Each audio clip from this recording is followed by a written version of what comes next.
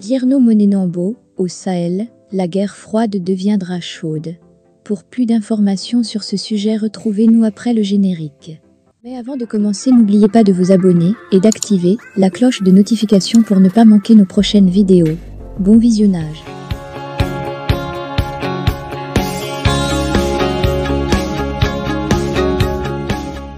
Après Kiev, Niamey. La guerre froide qui vient de se réchauffer en Ukraine atteindra peut-être son incandescence sous le climat torride du Sahel. Cela a commencé par une série de coups d'État, cela finira si l'on y prend garde par l'embrasement général.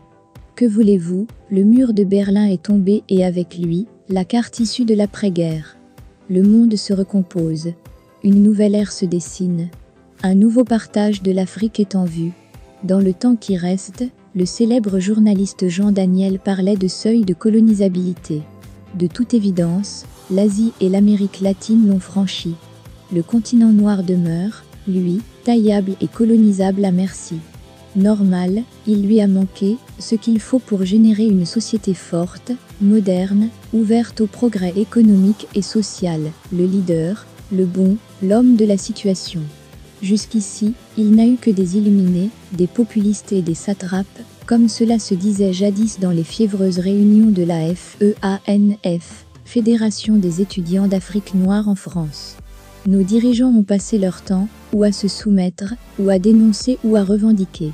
Avec la pertinence qui est la sienne, Alioune Tine, le président du RADDHO, Réseau africain des droits de l'homme, a déploré ici, il y a peu, l'absence cruelle d'une géopolitique africaine. La rancœur et le ressentiment n'en font pas une. En gros, nous avons manqué de cynisme, j'allais dire, de machiavélisme. L'histoire est immorale.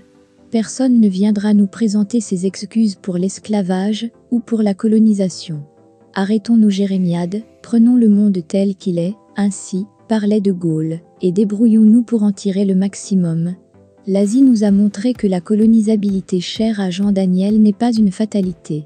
Si nos dirigeants cessaient de pleurnicher, de piquer dans la caisse de l'État, de tripatouiller la Constitution et de persécuter leurs opposants, ils pourraient trouver le truc qui nous permettrait de sortir de la misère et de son corollaire immédiat, la domination étrangère. Ce qui se passe en ce moment sur les bords du Niger ne va pas dans ce sens, hélas. Au recul démocratique irréversible, si ça se trouve, tirait que cette succession de putsch engendre, il faut ajouter dorénavant une confrontation directe entre la Russie et l'Occident, le tout sur fond de djihadisme triomphant. La peste du Moyen-Orient, plus le choléra des pays du Nord.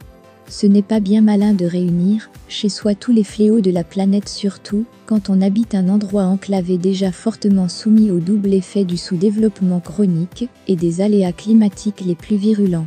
Tous ces périls au beau milieu du continent, de quoi succomber d'une overdose de pessimisme. Le Sahel, c'est la partie névralgique, s'ils toussent, c'est toute l'Afrique qui va attraper la bronchite. C'est une région complexe, riche de ses mines et de son fabuleux passé, surtout une région charnière, celle qui joint le nord au sud et l'est à l'ouest. Le Niger par exemple est frontalier de pas moins de 8 pays dont le Nigeria, l'Algérie et la Libye, c'est dire. Là, sous nos yeux, putsch après putsch, et devant l'impuissance de la SEDIO, ce formidable trait d'union géographique et humain est en train de devenir l'homme malade du continent. Et ne me dis pas que ce sont des apprentis sorciers comme Assimi Goïta, Mamadi Doumbouya, Ibrahim Traoré et Abdourahmane Tchiani qui vont le rétablir. Ils n'en ont ni la compétence ni la légitimité.